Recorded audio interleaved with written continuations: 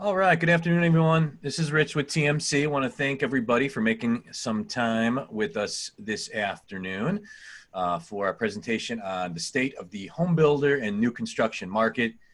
This is a topic just in our talks with members that they've wanted to hear a little bit more about the general climate in the new construction market, how it will impact, I think, broader things in the housing market and general economy. And I think it's a topic, quite honestly, that we'll stay on periodically throughout the course of the spring, summer, and fall months. And we're lucky to have some really phenomenal lender members from builder-owned mortgage companies, some great partners in that space that can really help keep us abreast of all the developments. This is part of our TMC Connect platform through which we do stuff just like this. Real-time, relevant conversations on the topics of most interest to our lender members. This is one of 9 sessions that we're doing over the course of the next 4 days. We're doing 2 or 3 of these a day. If you go to mortgagecollaborative.com, go to our member event calendar or the TMC Connect page, you can register for any of the calls that we have coming up. We also have an electronic networking platform at ask-tmc.com. It's a dedicated message board for our members where they're asking each other questions, providing feedback, experiences, and just a note about our data benchmarking tool, tmcbenchmark.com, which is free as part of membership with TMC that over 100 of our members are now signed up and using. So, so moving on to today's topic, we're lucky to have a great panel of discussion leaders with us. I'm going to introduce them all and then kind of let them go through one at a time and just say a few words about their role and their companies to help frame the discussion. Pat Begg, CMB, who is the SVP Capital Markets and Risk Management for MI Financial here in Ohio. And be remiss if I didn't mention my snazzy new Cleveland TMC Connect background that our very talented marketing communications manager Gabriella put together for me. So fellow Ohio and Pat. Jim Fraser, who is the director CRE construction for Built Technologies. They are a construction finance technology provider that's been a great partner of TMC for a long time now. Tawn Kelly, who is the president financial services for Taylor Morrison Home Funding, also the chairman of the board for a couple of other builder finance companies. Sandra McDowell, the president of CLM Mortgage, who is a builder-owned mortgage company out of Texas. And then myself. So, so getting started, I'm just going to go through the group kind of in that same order and just tell us a little bit about yourself, your company. And we'll start with Pat Begg from MI Homes. Okay, thanks. Well, as you said, my name's Pat Begg. One of the unique things about me is there's not many of us. I'm a native Floridian and moved the wrong direction to Ohio. Well, I guess that was my credibility. Except this time of year, it's okay. I started, mortgage banking in Florida for Market Street Mortgage. Came to Ohio working for Huntington Bank, managing their capital markets for about 17 years, and then now I've been with MI for almost 10. At MI, I'm responsible for all the things that nobody else wants to touch. Capital markets, compliance, quality control, servicing, and a few other things. So that's my background. Thanks, Pat. And a newer member of ours that I've been nagging for like 4 years to join TMC because I've heard a lot of great things about her. Tawn Kelly, tell us a little bit about yourself and your company. Hi everyone. Well, Taylor Morrison is a public home builder by TMC on the New York Stock Exchange. We actually went public in April of 2013. And we serve a wide variety of homeowners, whether it be the first time move up, active adult from Florida to California. We operate in 12 states, 27 markets, and over 500 communities. So a broad range. And Taylor Morrison, based out of Phoenix, Arizona, the mortgage side is in Florida. I can't say I am a Floridian, Pat because I moved here when I was 3, but I'm pretty close to being. And we run our business utilizing a centralized fulfillment center in Arizona and in Florida. And then our loan consultants are boots to the ground in all the markets that we build in. Thank you, Ton. Jim Fraser. So Rich, thanks for having us. So I'm the director of CRE strategy at Built Technologies. Think of Built as a middleware between LOS origination platforms and lenders' core accounting platforms, where the construction dollars are managed and interface with inspectors and contractors and home builders. My background is 30 years in the banking space. Almost all of that has been in some form of construction, whether it's residential to builders or construction to perm and renovation to consumers, all the way up through large commercial in LA and New York. I'm hiding in Nashville. I'm a California resident, but I like the tax base in Tennessee. So that's where I am today. Thanks, Jim. And Sandra McDowell. Hello, everyone. Thanks for having us. I have been with CLM Mortgage for about 5 years. We are in, like Rich said, 4 of the biggest markets in Texas, but we are just in Texas. My background is I was with Ryland Homes for 28 years and ran all their branches and operations. I decided to leave there, took a 3-year sabbatical in Cabo San Lucas, and then came back to Texas to start to work for CLM Mortgage. Leaving Cabo, that's even more questionable than going from Florida to Ohio. Right. All right, first line of question. You guys all come at this part of the housing industry from slightly different perspectives. So I'm curious just to get all of your general perspective on the home construction market right now. I think a lot of the perception out there from our members is that builders have completely stopped building, and there's already kind of been inventory issues in the industry, and this could make it worse. And 2021 could be like the biggest year for home construction in like history. So set the record straight for us. Pat, I'll start with you as the SVP Capital Markets and Risk for a pretty big builder that's in Ohio, Texas, Florida, North Carolina, and a couple other prominent states. Okay. Well, really, it depends on the state that you're in. And that kind of might tilt your perception. Some states, building was considered essential and allowed to continue. In other areas, everything was just shut down completely. New sales might be an indicator of new builds, and it's also dependent on the state. It's interesting that in Detroit, I can't say Michigan, I'm in Ohio, so I can't say Michigan, so we're in Detroit. It was totally shut down, but yet we sold a few houses virtually where they never even saw the house. And we had a couple of cities in Texas where they actually sold their original budget. But for the most part, sales are down because of the pandemic. But it is, the percentage that you're down is dependent upon the state you're in and how much they tightened it down. Thanks, Pat. Ton, your company is in what I would consider like most of the most emerging markets in America.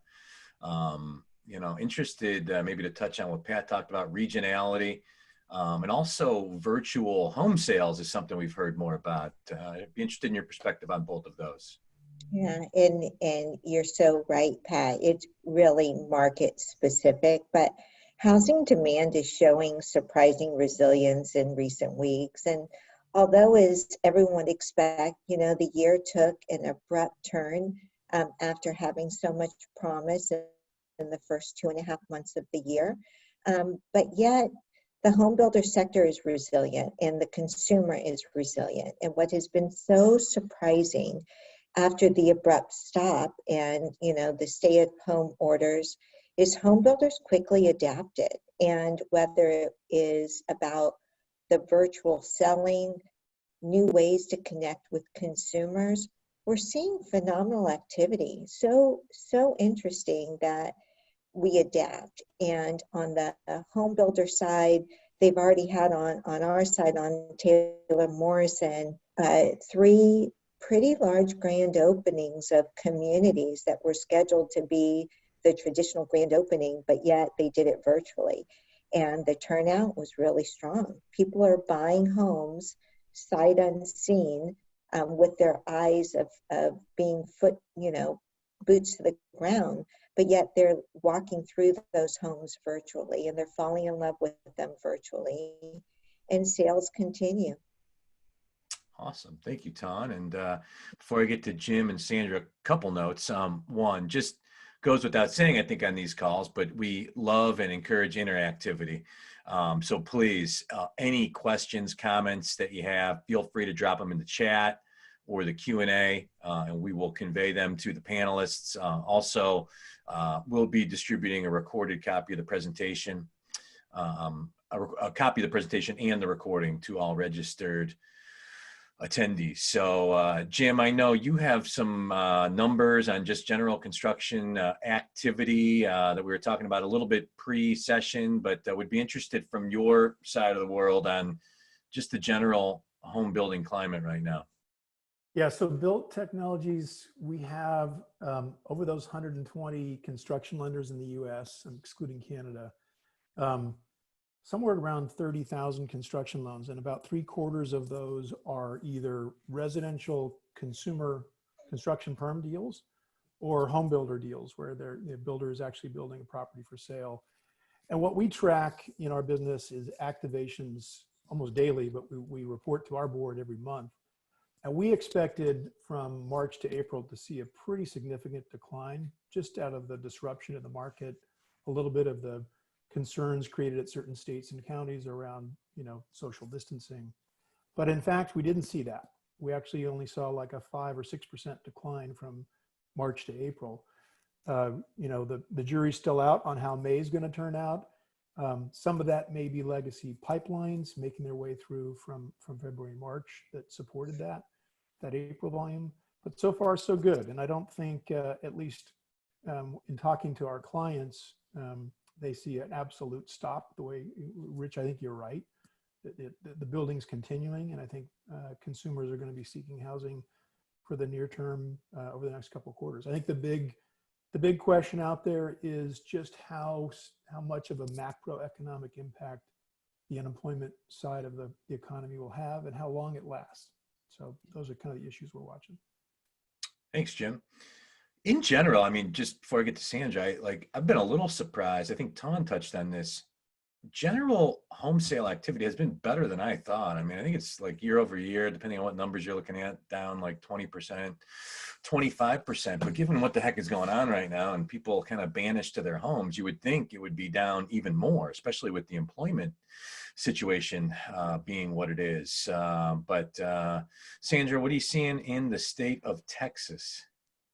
Actually, I've been kind of surprised as well. Our year-over-year sales are up about 14%, which is fantastic. Our backlog is really, really strong. I agree with Ton. The home builder seems to really be able to adapt to any kind of situation. We went on full blown in the state of Texas. They were still in the process of deciding whether or not we could use the different kinds of notaries as far as over the computer and stuff. So we kind of put a game plan in for that. And our backlog is up right now, 37%. And some of that could be from the end of last year in the first quarter because everybody was going really strong. But yeah, I mean, we're feeling good. Now, we do expect to have a little bit of slowdown in Houston just because of the oil prices. But even that, we just don't think that that's going to last that long. But yeah, we're looking good. And we didn't have a whole lot of cancellations, which I was surprised about. Our cancellation rate is within normal range. So yeah, we're good here. Awesome. Pat, I've just over the course of the last few, inventory has been, I guess, a perpetual issue in the mortgage industry for some years now. A lot of people, depending on who you read and what you believe, would say that a big part of that is that home builders haven't been building many homes like under 300,000, for various reasons, price of materials, regulation. Like, it doesn't make financial sense for home builders to build smaller homes, yet that's kind of what the American housing stock needs. Is that an accurate perception, and has that changed at all over the course of the last year or so? I think that's accurate, but I think we're also seeing that the entry-level house, the price range is actually increasing quite a bit. We have an entry-level house that the base price probably comes in 220, 250, but by the time it's all said and done, it's in the low 300s. Mm-hmm. To me, that's surprising. That's an entry-level house, but that's what most of the first-time home buyers are going with. Ton, are you seeing the same thing? How would you classify that stance I mentioned, and what reality is right now? I think the reality, Rich, is that builders want to build what consumers want, but there is so many headwinds. When you appreciate the cost of land, the municipalities, whether it be, the impact fees, it is very expensive. And not to mention the issues of immigration and the workers to actually get homes built. There is just an awful lot of challenges. And so that new first time home for a new build is a very different purchase price than what the resale is. And so as much as home builders want to provide, it's can they provide for the right price? And, interest rates improving, having the stability of credit availability helps that first time home buyer.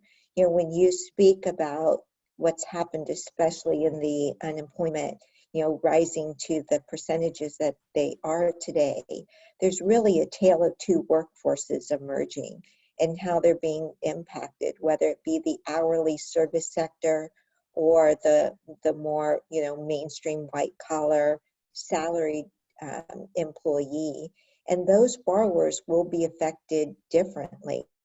And unfortunately, a lot of that first-time home buyer is in that, former sector. And so we're just going to have to see how it all plays out. But I feel pretty emboldened with the interest rate environment to help be able to curb some of the purchase price increases that they've had to have, and where we are, from at least that kind of product availability. Thanks, Ton. Jim, you're working with home builder financing companies all across America, are privy to a lot of different financial statistics. What have you seen on just the average, I guess, price of a newly built home, just from your customers? So we don't see price changes very much. We see cost changes, right? So a construction budget has some dynamics in it. And one of the things early in the pandemic we picked up was a concern of duration risk, because the supply chain for materials, building materials that was coming from abroad, was getting squeezed. And we see some of our lenders starting to look more, with a cautious eye at the collateral that's underneath those loans, right? And making sure that progress is occurring, and to your the other comment about cancellations, that they hold contracts in place and people get to complete and execute the mortgage against that new home. So I haven't seen much price decline. What I would say that we have seen a lot of is our lenders using our services to be able to work from home instantly. Mm-hmm. So as soon as kind of mid-March hit and all lenders were telling their employees to go home, our clients were able to send their loan administrators, their processors, their analysts home and just log into our application and continue to process as normal, which was a big advantage for them. That's a great point. Yeah, and we've got a number of different sessions related to just now that our members have been doing it now for a couple months. I mean, we're hearing almost universally that productivity's up. Members that have traditionally had everybody in the office, or most people in the office, are really reassessing things. The session actually after this at 4:00 Eastern, I'm leading a discussion with 3 members of ours on just productivity, like looking at their stats, pre-middle of March and after middle of March, and a number of different sessions next week. But good point on your technology, Jim. It really makes lenders in the world of construction finance much easier to adapt. So, Sandra, great to hear your sales are up year over year. That's awesome to hear. Oh my God. And I guess in my head, I'm thinking, 15% unemployment now. Most people think it's going to go up to 20. That, maybe the people that are building homes are less likely to lose their job, but you would still think there would be a fair amount of cancellations. I don't even know how that works. Jim, you just mentioned it too, that they hold it. How does that work? If somebody is like mid-build and loses their job, like what does that process look like? Well, it's been, we just haven't had that happen as much. I mean, we've had a 1 and 2 or 3 here, there and here, but not what you would have thought the impact would be. Now, our credit scores, our buyers, our average credit scores are 720 here, and that could be part of it. We build first time home move up here. So, and we have programs like, a TSAT program with like down payment assistance and all that good stuff for our lower end. So I really thought we'd see more in the Houston market because that is our lower end product. But we just haven't, and I can't really explain it. I've looked at it. I've analyzed who it was that lost their jobs, and we didn't have a whole lot of people in the oil industry here in Houston. We had some, but they still have their jobs so far.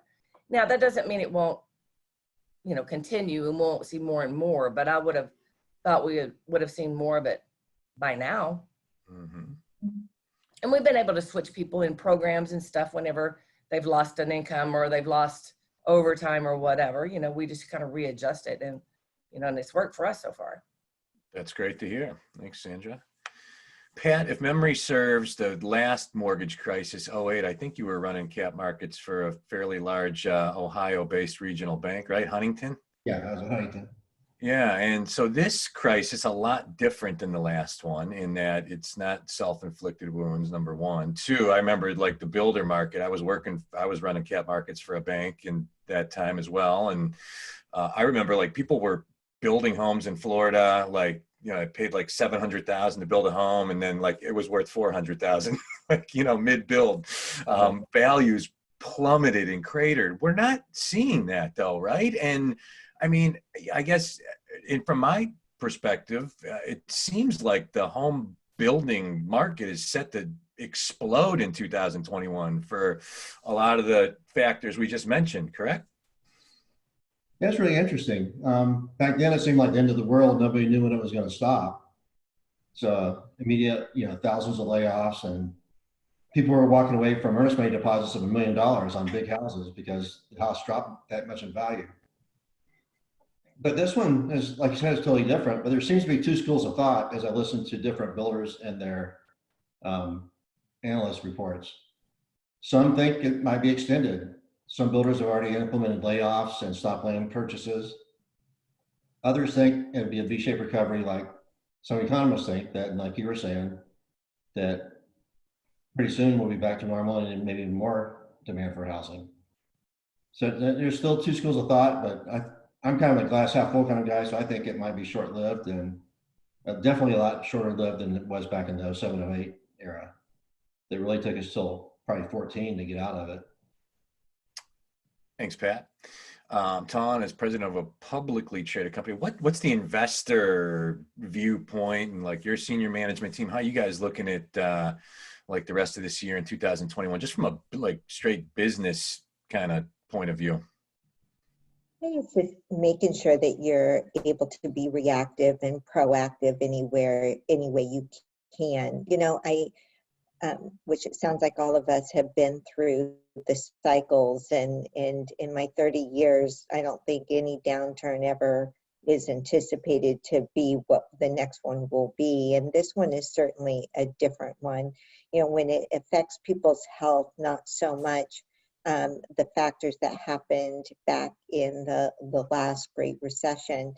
There is a need for housing today, and one would say that the past was about oversupply, right? And you build and they will come kind of mentality, and so much speculative building and speculative buying that when it fell hard and it took a long time to recover. in the world that we live in today, there is truly, as you said, Rich, there is an undersupply. And as millennials every month get stronger and stronger and realize that they don't want to live in their parents' homes, especially after being locked in for the last several weeks, they're interested in home ownership. And it won't be available to everyone, right? We're looking at home ownership levels at really depressed lows compared to what it was in the past. And maybe that is okay.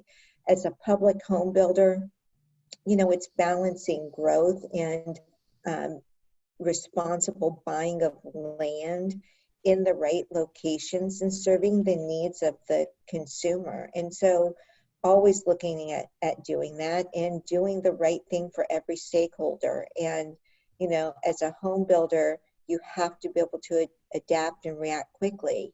Although when you buy land, there's nothing quick about that. You know, whether it be the developing part of the home buying or home building process to building a home, this is a ship that doesn't move very fast. And so you have to have your strategy and you have to stay true to it. Thanks, Tom. Jim, obviously technology is really, because of companies like yours, impacting you know, the construction finance space. You know, when I was running lending for lenders, we had rooms full of people that were manually handling draws and inspections and all that good stuff. So I think everybody's aware that technology is positively impacting the construction finance market. But what are maybe some things that maybe, you know, just Joe borrower, Joe, you know, mortgage company employee maybe doesn't know about the way that technology is impacting and is poised to continue to impact the construction finance space? Yeah, I mean, boy, I remember my days in 07, 08. I had 400 employees and we had a $5 billion construction portfolio that we had to basically go from, you know, 100,000 feet to nobody in a couple months. And I wound up in the FDIC conservatorship for 2 years. So I totally remember those days. And I think, you know, today it's very different. I agree with most of the folks here on the panel, right? This is not the same episode with the credit ease and the overbuilding that we had in the prior cycle. And I think there's another couple things that are influencing where we are today. One is obviously the Fed policy, right? It's QE to the infinity. The Fed has set a base to our market, and I don't think it's going to let it get worse. I think there's a couple other things I expect, and I hear this from some of our builder clients who use our lien waiver technology, that they're expecting a change in the configuration of both multifamily and single family dwellings to back up to larger spaces to have that extra room for the home office. Going forward, that'll be a configuration demand that will probably be more common than kind of the trend we saw to smaller units over the last few years. And then the last thing I would say, you know, not for the Joe loan officer or borrower, but just for the risk side of the folks we deal with at the senior levels of our bank customers, is the amount of loan loss provision. I mean, they are, and you probably see this in some of the public reports, part of it is loan loss because of the change in loan loss regs and the current expected cumulative loss CECL applications. But also the unknown of what's coming down the pike here in the next couple quarters and into 2021. I think lenders are getting prepared if in case there's a prolonged downturn, they're ready to survive it, which is not like it was in 08 and 09 when so many banks failed. So I think in that sense, we're in a pretty good shape. Thanks, Jim. Sandra, Jim mentioned the Fed, you know, being really actively involved in, you know, helping manage a lot of different aspects of what's going on right now. You know, I think there's a pretty healthy expectation that they're going to remain very active buyers in the mortgage-backed security market. You know, a lot of people feel like the last downturn that, you know, they're going to very aggressively buy mortgage bonds in the summer and the fall to try to drive interest rates down. Many feel the climate exists for 30-year fixed rates to get into the twos. We've never really seen that, not on any kind of regular basis. We know how that impacts refinances. How does that impact people that decide to build homes?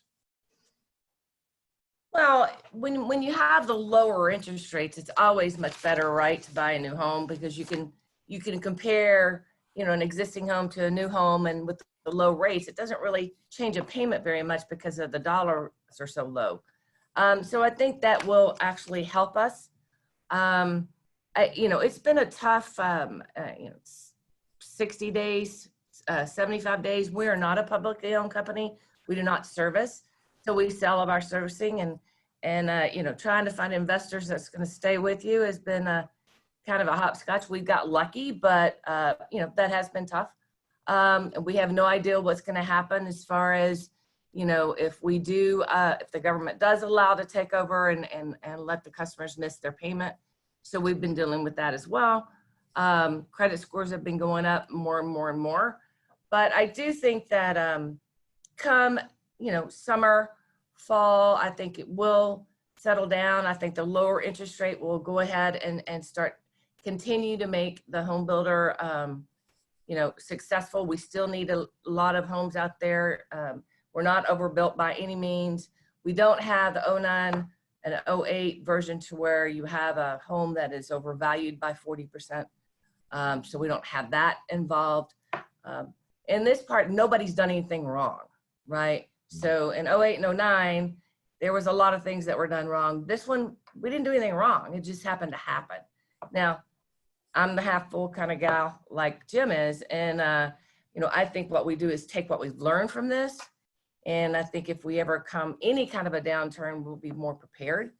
But, I think that the industry, as a mortgage industry, we probably jumped 2 years in just technology and people working from home in about 60 days.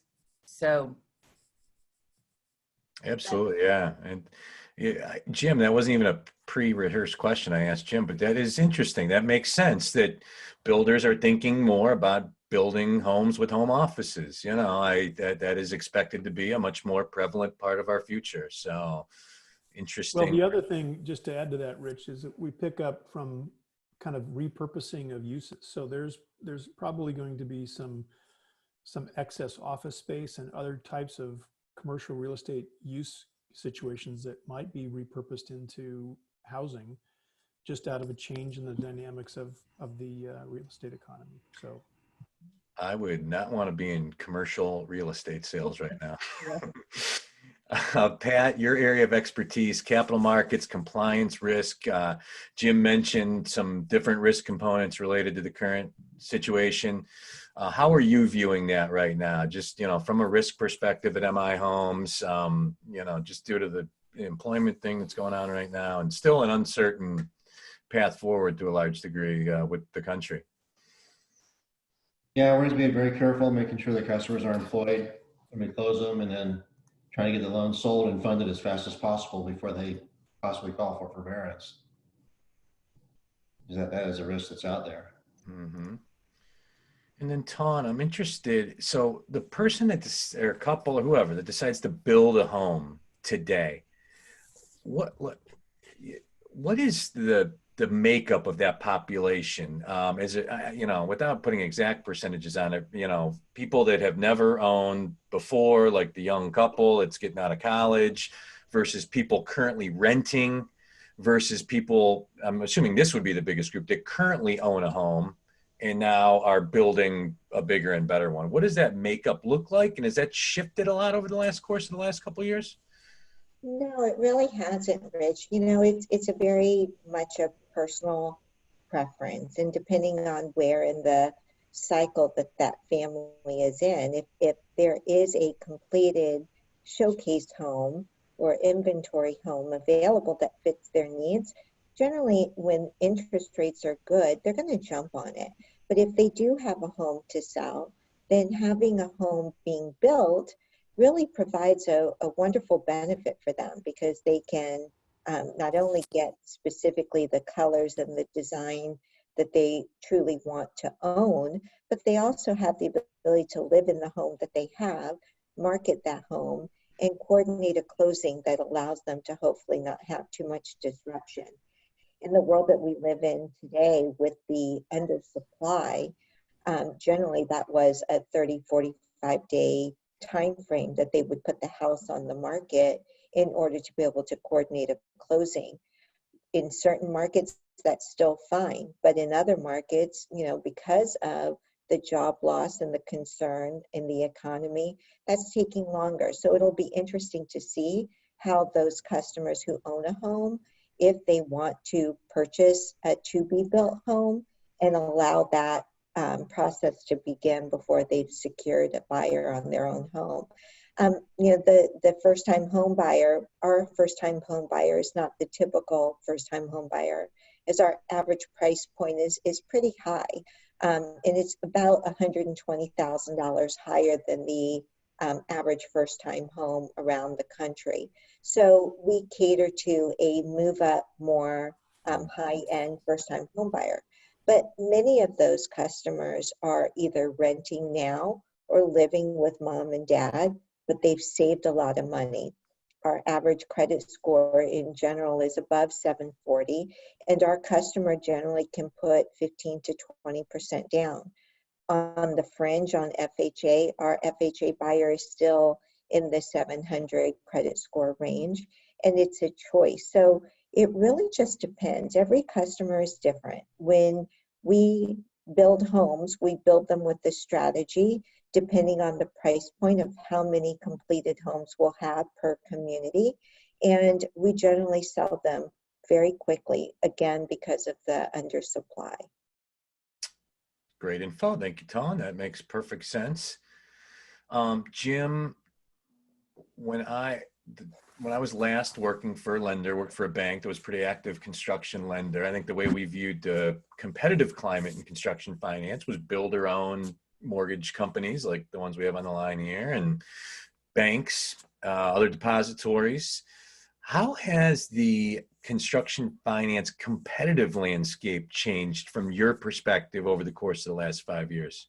Speed. It's all about speed, right? And I think the lenders that are still, email and PDF and almost fax machine stuff of the old days, which would take a draw for a contractor or general contractor builder to get out of the institution, a couple weeks, just isn't tolerated. And everything now is as much digitization as it can be. You start with digital applications. We take in all of that data and process every draw in our system, typically in 2 to 3 days. And that really helps the bank or the lender become kind of the go-to partner for the builder client, because nothing will mess up a construction loan than a slow disbursement.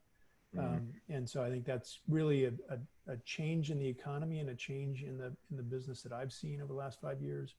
And we're now deep into kind of automating the payment processing and the lien waiver side of the lending piece. That makes sense. And we've got about 5 minutes left. This has been a really fascinating conversation. And if anybody has any questions, this would be the time to do it via the chat or the Q&A function. I am interested in getting Sandra, Pat, and Ton's perspective on the competitive landscape as well in the construction finance space. Sandra, I will start with you, your view on just the competitive landscape in construction finance. Oh, I think it's very competitive out there. This last 60 days, it's not been as much because I think a lot of people, such as like you had said in the beginning, of people thinking that nobody was building homes, when in reality, we weren't really even missing a beat. So I think it's going to continue to be strong. I think, everybody loves a first or second time move up buyer with a brand new house. We've got so many now of credit scores. I think what you'll start seeing now, people will start being more competitive with the credit scores, since everybody's like about 680 right now. But I think that's going to be, it's still going to be a healthy competition going forward. Thanks, Sandra. Pat, your view on the competitive landscape from MI Homes side of the world. On the mortgage side, the competitive aspect is probably a little bit less right now because rates are so low, refis are really kicked in. There's a lot of capacity constraints. So we don't have as many outside loan officers knocking on our door. But that can change quickly. But it's always competitive. People always want our business and they're always trying to get it. Anton, your perspective. Customers always have a choice. And in our world, with the high quality customer that we cater to, they have many choices. And so it's not only, as Jim says, the technology that is a requirement. You have to make it easy for them. You have to be available when they want you and what they need. And then you also have to have a very competitive product. We're very fortunate in that when you are a home builder's lender, your primary focus is to provide an amazing customer experience, because at the end of the day, making sure that the mortgage process is an easy and pleasant one may make the difference of that family wanting to refer another family to the home builder. You don't want to be the reason. You always want to be the difference. The competitive part of it, it's a given. You have to have a great rate and a great compelling product. But that's very hard in the world that we live in today, whether it be because of the pricing competition or the perception out there. But you're right, Pat, with the refinance market the way it is, there's so much oversupply on the mortgage side that I am hearing, time frames to get a loan done extremely elongated in the big banks. And when all you do is service your customer, that is the builder's customer, we're able to still provide that kind of quick service, and that is just as much a value as the lowest rate or price that you can get. Thank you, Ton. We had a question come in for Ton and Sandra. It says, regarding competitive landscape, are Ton and Sandra seeing increases or decreases in capture rate, builder customer market share during this market phase as a result of their alignment with their builders? Are builder customers more or less inclined given the builder affiliation? Great question. Sandra, I'll start with you. What have you seen there? Our capture rates have stayed pretty steady. Coming into the first part of this year, we lost a little bit of capture rate because of the competition. Everybody was going after rate. And I agree with Pat and Ton as far as, refinances now has lessened a little bit of that. But, our capture rates we capture about 82% of the home builders business. So, if it went down it went down to maybe 79, but it's back up. So I think we'll be okay, because the reason why is that the home builder doesn't have the pressure because they're still selling, right? So if their sales had slowed down, we would have absolutely seen impact on our capture rate. Thanks, Sandra. Ton, what are you seeing in the capture rate area? Rich, I think now the capture is more important than ever, because the customer needs to have an aligned experience. They're scared, even though their job seems secure today. They want to understand what it means to move into this journey of buying a home. And when the builder and the lender are aligned and being able to speak with the same message and be able to provide something that allows them to understand from the beginning to the end of the process, I feel like our success rate will continue to rise, and we've seen it. It's interesting because success rate, and that's what we call capture, success rate is very market specific. And I don't ever look at a high or a low success rate as being a failure or success, because the consumer always has a choice. And the well-qualified customer will always have options. If we're the best option, then they need to do business with us. With the refinance market being what it is, and our availability and our focus on understanding what their needs are for new construction, it's a given that we're going to have the upper hand. We have some markets that we're above 90% year-to-date success rate. We have other markets that is 65% is considered 100% because of the competitive landscape. So it's very market specific. Makes sense. Well, excellent question, by the way, Jeff. Thank you. Well, I want to thank, this was an incredibly insightful conversation. Learned a lot, and this is a topic we'll stay on, and probably a group of panelists will look to bring back. This was very good. Pat, Ton, Jim, Sandra, thank you very much for taking some time out this afternoon.